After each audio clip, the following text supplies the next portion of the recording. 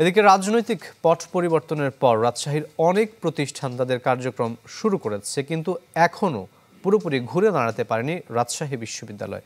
সীমিত পরিসরে প্রশাসনিক কাজ শুরু হলেও ক্লাস পরীক্ষা না হওয়ায় দুশ্চিন্তা বাড়ছে শিক্ষার্থীদের মাঝে।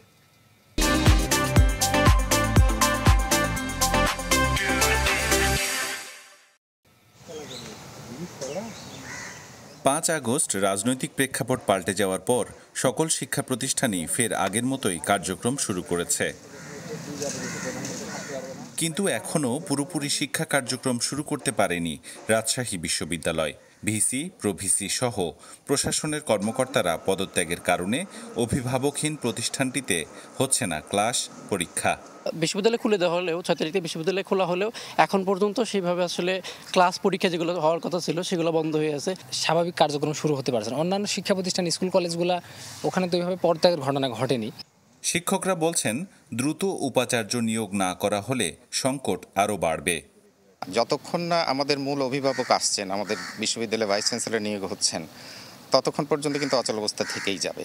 আমরা শিক্ষক সমাজ মনে করি আমরা সেইভাবে কাটিয়ে উঠতে পারবো আশা করি।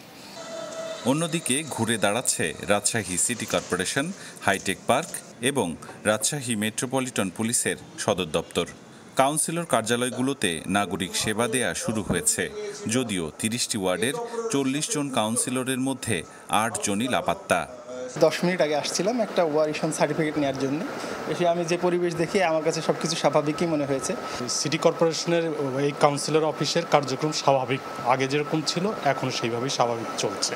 যে সকল নাগরিক সুযোগ সুবিধা সুনিশ্চিত করা প্রয়োজন ছিল আছে, সেগুলো পুরাদমই এখন শুরু হয়েছে। গত 1 মাসে আমরা থানাগুলোর কার্যক্রম মোটামুটি আমরা পরিপূর্ণভাবে চালু করতে পেরেছি। পরিপূর্ণভাবে বলতে আমি এটা বোঝাচ্ছি, অ্যাটলিস্ট অন্তত থানার আভ্যন্তরীণ যে কাজকর্মগুলো থাকে, কেউ আসলো, জিডি করলো, থানায় মামলা নিয়ে আসলো বা অভিযোগ নিয়ে আসলো, এই কাজগুলো আমরা সুচারুভাবে পালন করছি।